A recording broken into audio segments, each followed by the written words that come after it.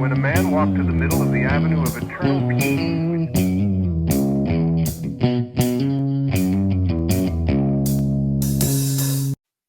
Well, all right. Welcome back to the Survival and Basic Badass Podcast, Kevin and Chuck.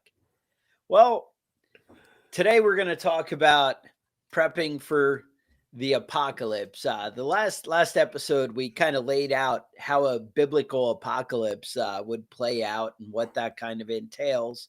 But now I wanted to do a kind of second episode and talk about, well, what could you actually do? Like, how could you make things better? Now, a lot of people kind of gave us a little grief. Oh God, we don't go for that whole biblical thing, and you're throwing it all off and whatever, and that's fine. And we do episodes on aliens and every other thing. So, think outside the box for a week, work with us. But the thing is that's going to make it cool is, I got to say, is that we're going to use this as an opportunity to kind of think outside the box with your prepping, how to kind of prepare for unusual events, things that, might be a little out of the norm, out of the, things you standard prepare for. But also there's a lot of things that overlap to everyday life that are very relevant. Um, you know, Inflation and kind of not being able to buy things kind of go hand in hand in how you might prepare. I know that in the biblical scheme of things, there's a lot of earthquakes and hellfire raining from the sky, that kind of thing. The things that could happen every day. So, we used to have acid rain in the 80s, right? I remember that. And you go outside without an umbrella and your skin melted off. It was crazy. The 80s were a wild decade. It was a wild time, right? I don't know. So just with that, there's a lot of things going on. So let's kind of just jump right in. And obviously we're not going to dig into a lot of them, but we're going to, really drill down on the ones that seem like something you need to consider and think about. Now, obviously, somebody had pointed out last week that, if they were Christians, they wouldn't even be here for the apocalypse. Well, I got to say, that's a big debate among the churches. And they're all like, well, maybe the Christians will all be gone before bad things happen, or maybe they'll be gone in the middle of bad things happening. And maybe they're going to tough it out. It doesn't specifically say. I mean, it says if you're on your rooftop and it starts, just run for it. You don't even go back to get your coat. So if you're not reading the Bible, why would you even give that message, right? There's a million, online of kind of being a follower of Christ. People, are always, oh, well, you got this, that, the other thing. But, whatever. There's a million ways to figure this out. And, if you want me to point you in the right direction on where to find that information, reach out, I'll talk to you. But for those of you who are like, I'm going to be here for the whole thing, I'm going to ride this. Mm-hmm. And Kevin's a tough guy. He wants to ride it. He's like, yeah, let's ride it and see what happens. So there's a lot of bad things that could come. Well, we got a list of about 21, right? We got 7 seals. Some overlap, but there's 7 sealed judgments. So here we go. Let's jump into it. So what I got is initially there are 4 horsemen, right? You hear the 4 horsemen of the apocalypse. So the first one, and there's 7 seals, but 4 have horses. So here we go. The first one is a white horse, and it says the white horse will peacefully create a one world government. And I think in my video clip here, I spelled create wrong because I'm an idiot. But anyway, work with me. But so this is where, you kind of get that peace in the Middle East thing you hear about with that. So that's a good thing and a bad thing. And I got to say, we kind of seem to be shifting towards a one world government right now. Kind of preparing people like that. I think, people were always worried about the UN and that. But so that's kind of an ugly time. I feel like a lot that affects us and how we could prepare is a lot of your rights are kind of going away. Things like, gun rights are getting a lot more squashed. Things like, I know Canada, I was just watching Russell Brand, and Canada is doing a big thing about going after people who have online posts and things that are hurtful and hate. Right. Free speech is getting more and more limited in Canada and a lot of places in the world. And Canada, they're like, oh, we're even going to go back from that post you made in 1982 that was filled with hate. It wasn't even stuff. They were going for the gold. Yeah. There's a lot of crazy going on there. So things like that. Basically, what I would say and how we prepare is like networking with people who care about, and getting in touch and having ways to deal with our own groups. I'm sure podcasts get you in all kinds of trouble. I know in China they will, whatever. But that kind of thing.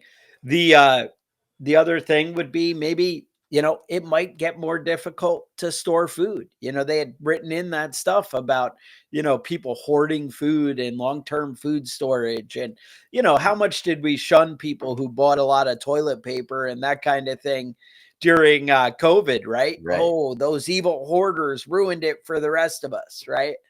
Hopefully if you were a prepper, you kind of had that stuff beforehand and you weren't out buying toilet paper at the last minute, Hopefully. Kevin. That was me. That was me. I was in the backyard with the garden hose. Hey, if you can work the bidet option, that's another thing. So yeah, there's things like that. So planning ahead, I guess, is what I would say for that one. The second horse is a red horse, symbolic of war and death. So war and death, definitely, we've seen wars affect the economy and how things go like that. In America, we never seem to really touch war. On the home soil, Hawaii might have a different opinion than that, but for the rest of the country, it's not really a mainland kind of thing. But yeah, we've had a good 150-year run. Yeah. Next is a black horse. Famine, scarcity, purchasing power is reduced by an eighth. Now, I got to say that kind of relates to, modern day here where, there's a lot of inflation, right? And inflation, right? So, right. Go to the grocery store. You can't buy the same stuff you could with $100, just 2 years ago. So preparing for that, one, buying your stuff in advance, as a prepper, a lot of us have kind of a stockpile of things for when there's a shortage, but you're also beating inflation by having stuff set aside. Right. Because you're always eating, paying the price you would paid a month ago when you're buying stuff a month ahead of time, 6 months ago, a year ago. And I think that makes a big difference. Moving right along. Oh, wrong one here. So Ashen Horse. Now, this is a pale horse, and it says a quarter of the earth would be killed by sword, famine, and beasts. And it says beasts of the wilderness is what I read. Yeah. Now everybody knows the pale horse. That's Clint Eastwood, right? Yep. Pale Rider. I'm pretty sure that's who they're talking about. Nobody wants to have to deal with him showing up. No, you don't need that. No. So quarter population dead by sword, famine, and beasts. Now famine is obviously an awful one. That's not great when you don't have enough food to feed everybody. There's always the flies. Yeah. And I don't know how to get rid of flies, but I know if you ever wanted to attract flies, get some eyeballs.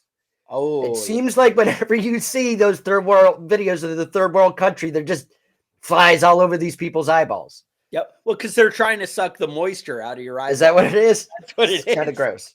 That's how I see it. Now, you said you had concerns about the beasts when we were talking about. Yeah. So me. I mean, realistically, there aren't that many lions and tigers and bears out there. There's an occasional rabid raccoon or something like that. But the beasts I was thinking about. The wolves back. That's right. Bringing the wolves back too. All right. the thing that I was thinking about with the beasts reminded me of China. They just had a big military parade. Robot dogs with machine guns. Yes. That's an exciting time. Mm-hmm. Robot dogs, machine guns. Some of you guys have seen there's robot dogs with flamethrowers. Nice. Yep. And very apocalyptic. These Uh, are the things I don't want to be dealing with. And if that's the beast we're dealing with in the end times, I'm just saying. Yeah, Ghost Robotics came out Hairy. with one with a long range rifle too, so it's very exciting stuff. New York City Police has been putting out robot dogs, and they don't have guns yet. And so everybody that sees one has just been, I don't know if you assault the robot, but they've been smashing them up. If you see a robot walking down the sidewalk in your neighborhood, you need to get the baseball bat and smack it up, man. That's not. I don't go for that stuff.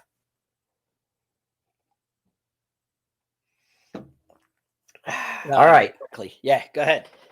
Fifth seal. The martyrs cry out for revenge. Now, what is so that's all the Christians who've been persecuted in that beginning time and whatever and throughout time. So that's kind of there's not really anything going on there. That's just God saying, all right, I'm going to get annoyed here. I was going to say pissed, but I was trying to not offend people, keep right. But that didn't work out so well. All right, next one, earthquake, or did you have something more on the martyrs? Nope, that's it. Right. Earthquake, the sun is blacked out, the moon is like blood, and the stars fall to earth. The sky tears apart like a scroll, and every mountain and island will be moved. Now, that's a big earthquake. If every mountain and island is moved, I believe it said off its foundation. That's kind of a little rough. So how do you prepare? I mean, we talked about preparing for earthquakes, but what about where do you want to be when there's a ridiculous earthquake, right? When mountains are being leveled. Yeah, it seems to me, I would think like the Great Plains would be a great spot. I lived out in Illinois, out in that area. It's not necessarily the Great Plains, but it's right on the edge. And I lived in California. I've lived in, all over the place. And the worst earthquake I ever lived through was in Illinois, which is wild to me. I didn't even know they had earthquakes there. Yeah. Now, one of the things I've heard people consider is underground. When there are earthquakes, it only usually affects the surface layer. Is that a fact? That sounds made up. No, I'm told that it's the upper crust that's kind of shifting. But I don't know how far underground we got to go here. I think you got to go pretty far to get below the crust, man. And then do we become mole people? I mean, there's a lot of things. I mean, when you go underground, you might have to fight mole people. You know what I mean? That's where they live. And I think there's an alien race living under there. I know they're saying up in Alaska and a few other places. Yeah, like reptilians or I something think different. Yeah. All right. It's a fine line. I'm into it. Maybe we can get the reptilians and the mole people to fight each other. You got to work both sides of that. One of the I don't know. All right. Moving right along. The next one. So earthquakes. I mean, do you have any more you wanted to touch on with earthquakes? Yeah. So if you're getting ready for an earthquake, you want to make sure you do basics like secure your stuff to the wall, that your TV doesn't fall off the wall. Your pictures aren't falling on people's heads. You want to make sure everything's secured on your wall. It says you should practice the drop, cover, and hold on maneuver. I don't know what that means. It used to be door frames. Chuck, you said that's not cool anymore. When I was searching it, everything was like, a lot of people think door frames, but that's no stronger than any other. Well, here's the thing. What they're implying in the stuff I read is that the walls are going to fall over or they're not. And that's kind of what you're looking at. Mm-hmm. So like they're thinking the whole wall is coming down rather than, like stuff falling on your head. They said that it actually is a good thing to be under furniture. Okay. To be outside is better. they said that the majority of people in earthquakes who have bad problems are the deaths come from being buried by rubble. So being out in an open area, it's really the better way to be. Now, He said getting out of your car, not a good thing. just stay right there. They said that car is just going to flip over on you and kill you. So Okay. if you can get out of your car and run 50 feet from any car, Yeah, good. Seems like the earthquake's over by that point. Yeah. So, but if it's like initial, they're like, just hang on. All right. So there is an earthquake emergency kit, right? Okay, so that would be food and water for 3 days, which hopefully if you're a prepper and you're listening to this, you've got and plenty the more than that. apocalypse is 7 years. So you may just want to, extend that a little bit, right? Extend that a little bit, right? Flashlight, fire extinguisher, and a whistle for when you do get trapped under the rubble. Hello, I'm over here. And obviously it says, have enough for everybody in your household. So, a whistle for everyone, or the food whistle and a flashlight for everybody. Medication that anybody that's on a necessary medication, and have extra batteries and charging devices for phones and other equipment. I like it. And also you can't get rapture or apocalypse insurance, but you can get earthquake insurance. Contact your homeowner's insurance policy. There you go. All right. And, in a lot of places, they're probably pretty cheap. But what I am always wondering is they kind of are like, well, we never thought that would happen, so we're not going to pay out on that one. That's always the way it seems to kind of go. Like, we didn't think the World Trade Towers could come down. Yeah, we took the insurance policy like they could come down, but it wasn't going to happen. So I feel like that's what would happen is if I had a North Carolina earthquake insurance, they'd be like, we didn't think there'd be an earthquake. Well, here's the thing. If there's an earthquake because it's the apocalypse, is that an act of God? It seems like an act of God. No. I don't know how that falls in. They don't cover acts of God, or they do cover acts of God. Like, I'm not even sure how that plays out. I don't even know anymore. It's a fine line. All right. So, and then the other big thing that comes up is tsunamis tend to follow major earthquakes. That's right. Tsunamis. And I've got some stuff on tsunamis. How to get ready for your tsunami. All right. If you live near or visit the coastal areas, learn about tsunami risks. Yeah. Learn the Learn the signs of potential tsunamis. So if you're at the beach and all of a sudden the water all goes out, it's probably too late. Like, you can run the opposite direction, but that, right? You always see those videos where like they're on the pier, it's a movie or something, and I'll see something on TikTok or whatever the hell, and you'll see all the water retracting way back and like a quarter mile out, and they're like, what? That's neat. Let's look. Maybe we'll see fish on the bottom.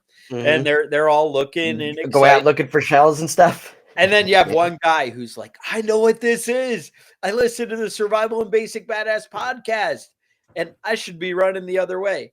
But it doesn't matter. You're probably screwed at that point. Yeah, if you're actually saying that, you're out of luck.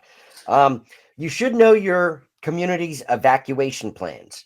They have like emergency routes and stuff like that. Keep your eyes open when you're driving around. You'll see signs for that sort of stuff. And obviously, you want high ground, right? But the top of the 50-story building on the ocean front, maybe not the high ground that's going to be number one, but hey, it depends what you have time for. You got to calculate and weigh that all out and decide where you can get that's going to be the safest, and kind of go with that. All right. Next one on my list is create a family emergency communication plan. Oh, I like that. So when you have people out of state, there you go. Hey. But I mean, if you need to, communicate with your family members, so you have family members in different areas, have a plan for that. Your cell phones might not necessarily work. Regular telephones might not necessarily work. Yeah. Well, hang on. Let me expand on that. One of the prepper books I had talked about was, they had a kid that was at college, like 30 or 40 miles away, or, different things. And with an EMP, you don't know. And with different things that event, and especially more extreme events such as major earthquakes or forest fires or things like that, maybe having a place to meet up. If things go bad, this is, where we're going to meet as a family and, or as a group or community or mutual assistant group, but have a place designated that, hey, if things go bad, this is where we're going to be. This is the compound, instead of everybody trying to run. If you discuss with your kids, hey, when you get out of the school, you need to come home. I'm not coming for you. Some kids are like, oh, I'm going to be waiting there for mom. I don't know. Should I wait? Right. Should I do everything I can to be like, screw the man and just walk out the door and leave? Like, you need to decide where your values are and what's important to you and what you're going to do beforehand. And just have a plan. I mean, maybe your plan is, hey, I know you're not going to be able to get home on your own, so I am going to come to the school and come for you. Mm-hmm. You need to come up with the plan and decide what you're going to do, but have a plan. And then that way, if you discuss these disasters and clear-cut strategies, it's so much better than trying to leave it up to fate. I know things probably won't happen. I know with like biblical end time stuff, right? Stuff like that. People have thought that the end of the world was coming since the beginning of time. Right. I'm not saying it's right around the corner. That's not the point. The point is we need to be ready as preppers for, whatever may come. And that's, now is the time to plan when you're in control and focused and thinking clearly. Mm-hmm. All right. Moving along. Yeah, another good idea. Sign up for your community's warning system. So emergency alerts go out. A lot of people just get them right on their phones, and that's great. The National Oceanic and Atmospheric Administration also has a weather radio that you can listen to that'll give you emergency alerts. And consider flood insurance. Another great insurance. Get insurance for the apocalypse. That's another one of those act of God that you may or may not be covered by. Right. That you want to plan for. Mm-hmm. Now, number 7, the 7th seal is the 7 trumpets starting out, right? All right. Opening. So that's the next set of judgments. Yep. All right. The first one, it starts out hardcore right out of the gate. Hail and fire mixed with blood, and a third of the grass and the trees are burned. Mm-hmm. So right here, like the hailstones in the Bible, they were described as a talent, the size, and that's about 7 gallons of water. So that's a big hailstone. I feel like that's taking out your car. Yeah, that'd come right through your roof. That's back where I go to the cave might be a good option, or having a fallback cave. But I got to say, one of the bigger things that came to mind when I read that was that we need to, one, have stores set aside, things in multiple locations in case they get damaged or whatever. You can't have all your eggs in one basket, as they say, right? Mm-hmm. You need to break up your food storage a little bit in different places. Another thing is they're talking about fire coming down from the sky and a third of the earth being burned. Fire breaks. Mm-hmm. Again, you're kind of screwed at that point if you're that kind of third of the earth where nothing, but you need to find a way to protect yourself and what you could do. That would be important. And if you listen to Representative Boebert, you might want to be aware of the Jewish space lasers that are starting fires. Yeah, this might not necessarily be fire from the sky. It might be a laser from the sky that's starting these fires up. I don't know how it's going to work out. We'll see what happens. If you were in Hawaii, you might find that opinion to be a little more. And I believe they did it in Argentina too, right? Weren't they saying that houses without blue roofs in Argentina? I think it was Argentina. Somewhere in South America. I read another story. It didn't get a lot of traction, but right. So they don't get shot with the space lasers if you have a blue roof. Blue roof. So maybe that's what you do instead. You're like, oh, God's judgment, blue roof. Yep. Maybe blue roof with like a big cross on it. That'd be the double protection. I'm good from the government, and if God gets a little pissed, you can be Right. like, yep, here it is. So that's another way to go on that one. But again, that's all right. Imagine if a third of the earth was burned, right? So you're not growing food.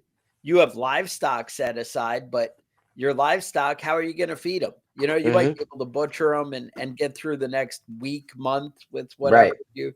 you'll be able to smoke the meat. But again, too, one of the other things to consider is now that there's no all the wood got burned, you can't make a fire anymore, right? Right. There's no more, you have fire for that week or whatever while When everything's everyth's on running fire, down. right? But But then then that's after it. that, you have no more wood to burn to purify water, to do anything. All right. These are things you might want to consider and kind of think of ways to, plan out. I'm just saying there's options out there that you need to be thinking about. So next one, what do we got? What's next on the list after hail and fire? And next is a great mountain burning with fire thrown into the sea turns to blood a third of the oceans. All right. Right. So that's not good. So all your fish and wildlife, I think it said all the ships in that third are destroyed. Everything's just done. So you're kind of, things falling out of the sky and killing you. That's a hard one to prepare for. Um, Maybe don't be on a ship during this time, is what I Yeah. would say. Next one, wormwood, which is a star or a comet. I'm not really sure. I think it's a real thing though. Like we already have a star, I think, named Wormwood Yeah. that There's a. we're afraid that, yeah. Yeah. It looks like biblically, going back historically, wormwood is a reference to anything that's bitter. It's Okay. a bitter plant, and Okay. it's yeah, it can give you seizures apparently.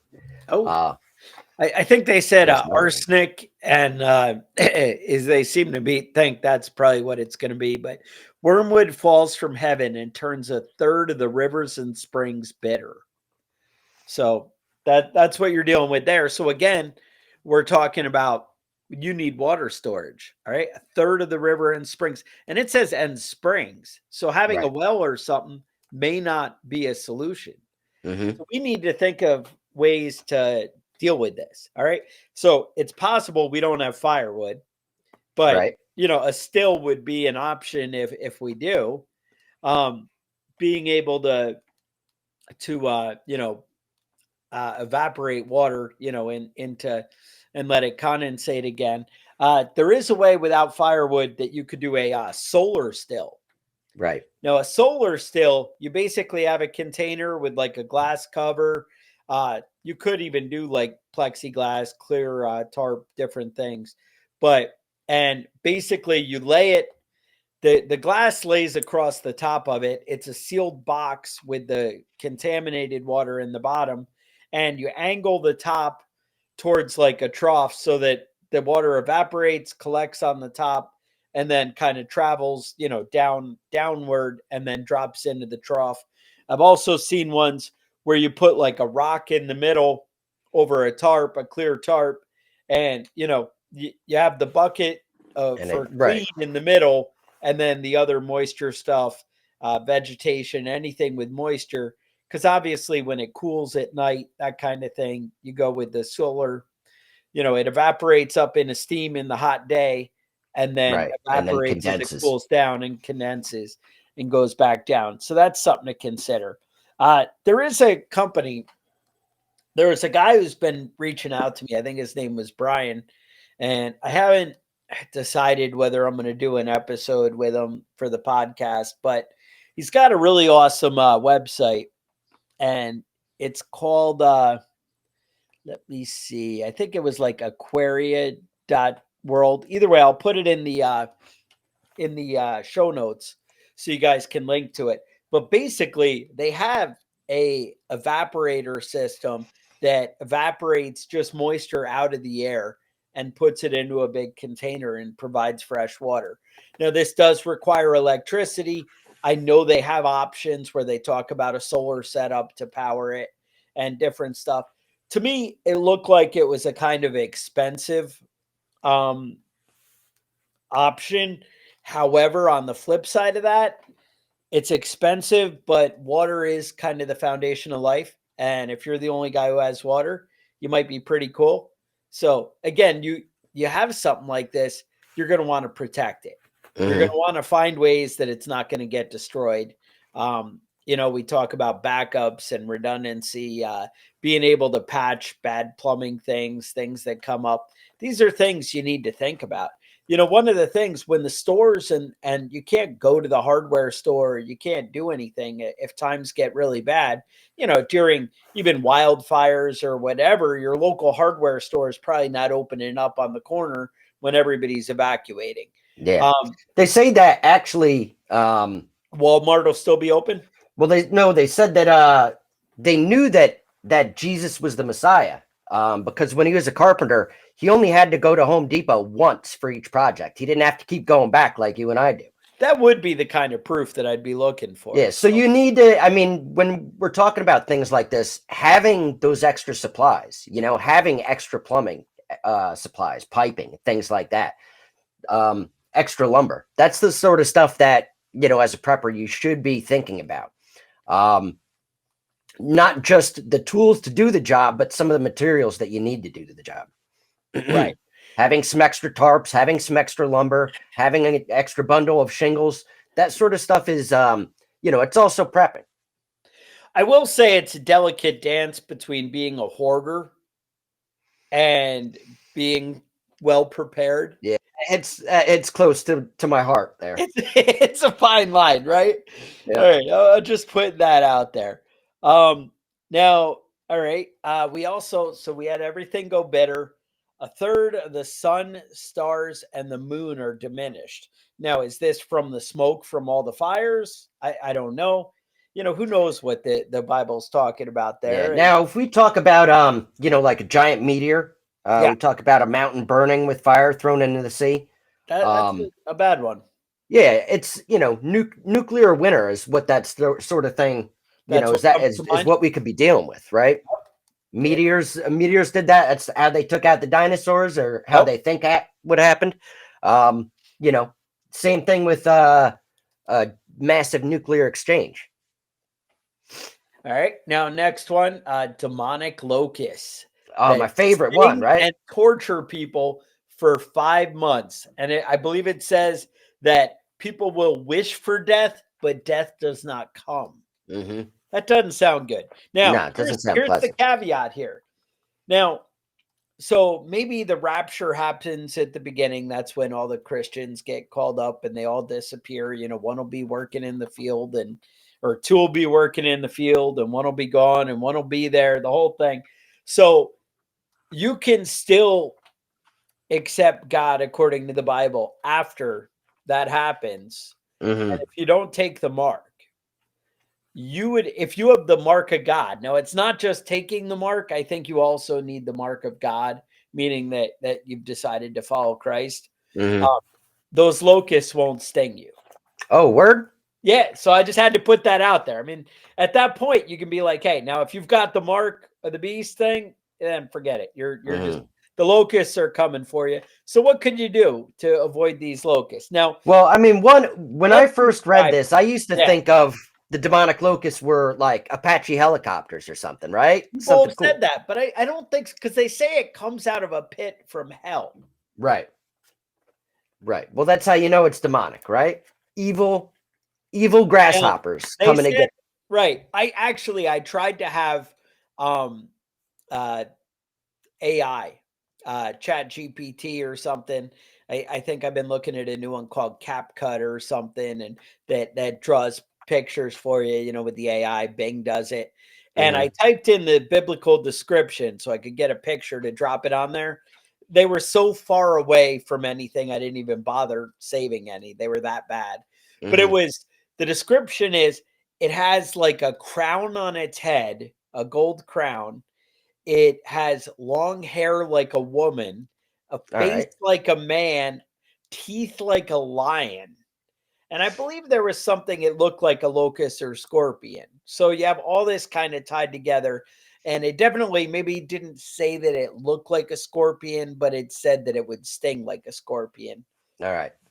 So we're talking about some horrible little creature that, like That looks like a locusts, dude. you imagine. Looks like some guy. It's got a guy's face on it. Yeah, that's a creepy image. And like you said, I remember hearing the preachers of yesterday talking about, well, they it's probably the Apache helicopter with a man in there and whatever. And they had Right. all kinds we always try and justify things and explain it away, what it really means. Because a lot of the stuff, people say, well, this is the interpretation of a guy 2,000 years ago. And, he doesn't have the same context and perspective that we do. And I get that. And that's fair. But also, I don't think people were just idiots because it was a long time ago. Right. Like, I don't know that we can, it's hard to say. It's hard to say. That's all I can say. So that brings the trumpet judgments to an end, right? Is that right? No, no, Oh, no. There's one more that is very exciting to me. It is exciting. You're right. Four All right. angels lead an army of 200 million demons to inflict death on 1/3 of the earth. Now, this is not an army of men from what we're reading. It's 200 million demons. Yeah. Now everybody knows that to kill a demon, you need either holy water or silver bullets. Yes. So stock up, bro. Yep. And silver's way up right now. I think last I checked, it was like $31 an ounce. Yeah, no, it's pretty damn expensive. That's like it's like $10 rounds there, We were all excited the other day that somebody came up to me. He's like, "Hey, did you see silver's $27.88 or $27.99 an ounce?" And I'm like, "Yeah, that's crazy." And then last night he stopped me at work and was like, "Dude, it's 31." And I'm like, "I haven't looked, but I mean, I saw it when it was $27.99 or whatever." But it's going up. It's going up. So that's something you might want to think. So any other thoughts on fighting demons? I mean, it just doesn't sound fun. No, it doesn't. It doesn't. Now, in the book of Enoch, that's where people talk about a lot of these angels and demons and stuff. Now, book of Enoch is one that didn't make it into the official printing from King James, whatever. It didn't make the cut. People say factual, not factual, whatever. I believe that it's factual. I haven't scrutinized it all myself. I have not read the book of Enoch. Every time I try and find a copy and read it, it's craziness and I don't know. So anyway, bottom line, they talk about like 9 to 12 foot demons. So these are some big boys, right? All right. You might want to hit the gym if you're going to be fighting these guys. Right. It's like getting in a fist fight with Dwayne Johnson. Yeah, exactly. It might end well, but all signs point to not likely. So you might want to step up your game. Maybe you need to start working on some robot dogs. Yeah. Well, here's the thing. I'll tell you why I'm not worried about demons. All right. Because they don't have karate. Oh. You know what I mean? Kung Fu. That's right. I don't know karate either, but I'm just saying I could watch some movies. I could watch some Bruce Lee. I could probably figure some stuff out. A lot of people think, I'm just going to watch some Bruce Lee before things go bad. And yeah, that sounds right. So maybe step up the Bruce Lee collection. All right. Now we're on to the seventh one. Seventh trumpet is the beginning of the bowl wrath. The 7 bowl judgments. Now, these just are bad, like right out of the gate. So again, anybody who has the mark of the beast, this is the first bowl judgment, gets malignant sores upon anyone who has the mark. So that's not good. Nobody, if you've ever seen like a cold sore or had a cold sore, it's not good. It's just gross, pus, boils. Nobody wants any of that. And right. So there's, when you're talking about cancer, there's benign and malignant. Malignant's the bad one, right? Now, before a third of the ocean turned to blood and killed all the fish and everything in it. Now they're just number 2. We're going to full on blood everywhere. Everything died in the ocean. And then right after that, all the rivers and springs turn to blood everywhere. Now, I do know if you're the religious type, Moses was able to turn it back to clean water. Mm-hmm. So maybe if you just pray about it, is what I'd say. Yeah, maybe you can get a Moses We around. talked about the solar stills and the other one, the evaporator. I know in Africa they had some kind of basket thing they were trying to rig up that collected condensation. All I can say is if you're planning on sticking around for the apocalypse, I would say look into a bunch of methods where you can collect condensation for your Yeah. water. That's going to be your go-to. And again, firewood might be in tight supply, so you may want to Yeah. look at that. Otherwise, I can say is you're boiling the blood and hoping to get some moisture out of Yeah. it. Things look bad. Word of the wise: don't just drink blood. That's the no-go. Even if it's clean, you're just gonna throw up blood. You Now, can't. vampires have been doing it. They can do it. They got the skills, but you don't. What if I No. went to living in a cave, got all pale, and then I think they become anemic, then drinking blood, it kind of works out. Maybe. I don't know. Right. Probably not, though. Probably That not the way probably to go. doesn't But sound good. All right. The next one, what is it? Oh, the sun gets extra hot. The sun produces extraordinary heat and scorches men with fire. So that one could be a little rough. I would say find a nice shady spot and keep your air conditioners working. yeah, no. I understand this one. You know, Oh, tell me. as a white man, yep. I actually just got sunburn 2 days ago, being out in the sun for too damn long. Mhm. You know, maybe the black folks don't have to worry about this so much. They don't get sunburn like pale white people do. Like the If you're albino, like if you're from England, don't go hang out in the American South. Don't go to Miami or anything. Yeah, no, probably a no-go on that one. So, all right, let's keep rolling here. Scorching heat though is a bad thing, and I would say plenty of water. But if it's all blood, who knows how that's going to work out for you. Hard to stay hydrated in that It situation. is right. Next one is blackout from the sun and agony. But I guess you're kind of happy that the sun finally turned off. Finally burnt out. Yeah. Jeez. Yeah, but it says and agony that causes people to gnaw their tongues. I don't know what that means, but that doesn't sound good. I know I've bit my tongue accidentally before, and it doesn't feel good. Pleasant. No, right. So I mean, doing it on purpose, like, I don't know. You must be in a lot of agony. All right. Next one is the Euphrates dries up and draws out kings to the mountains of Israel for the final battle. Now, they describe it in this text. They describe the final battle as the Battle of Armageddon. It turns out Armageddon is an actual place.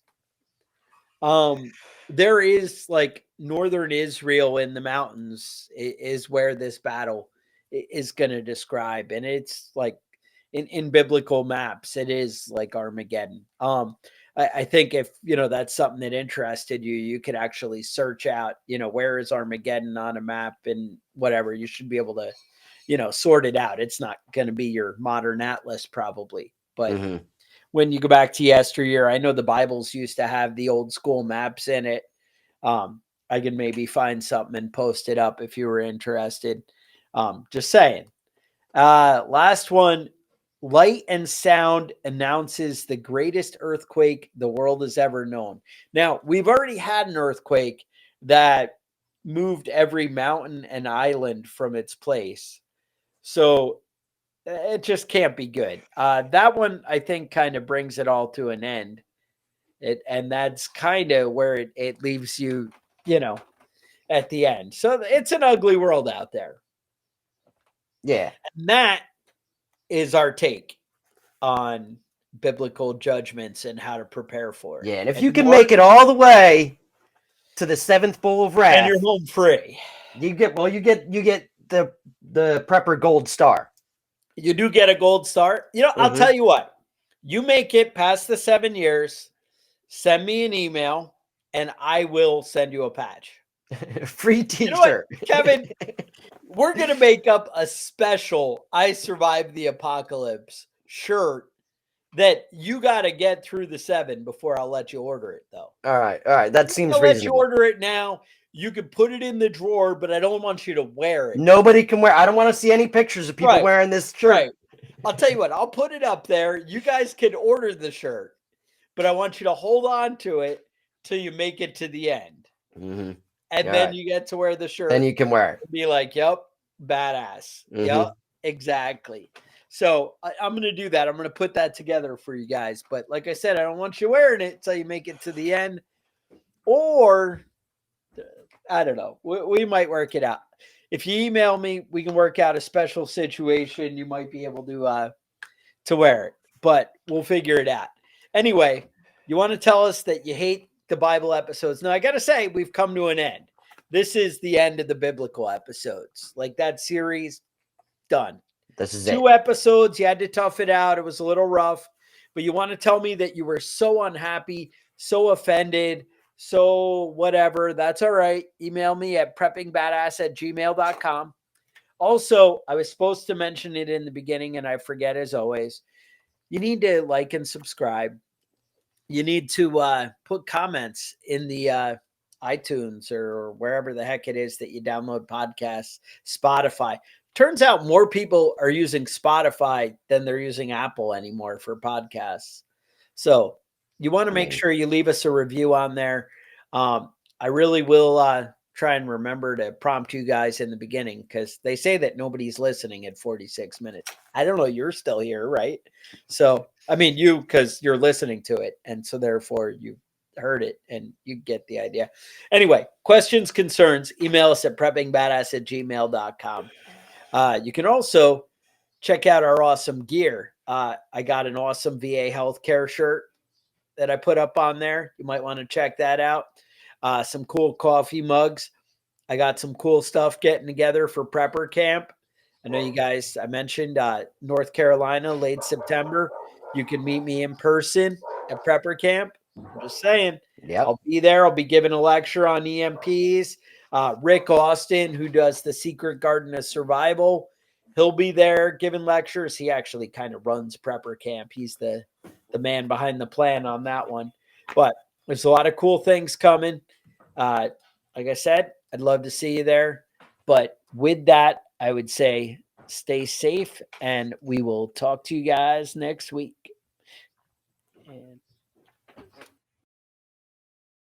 And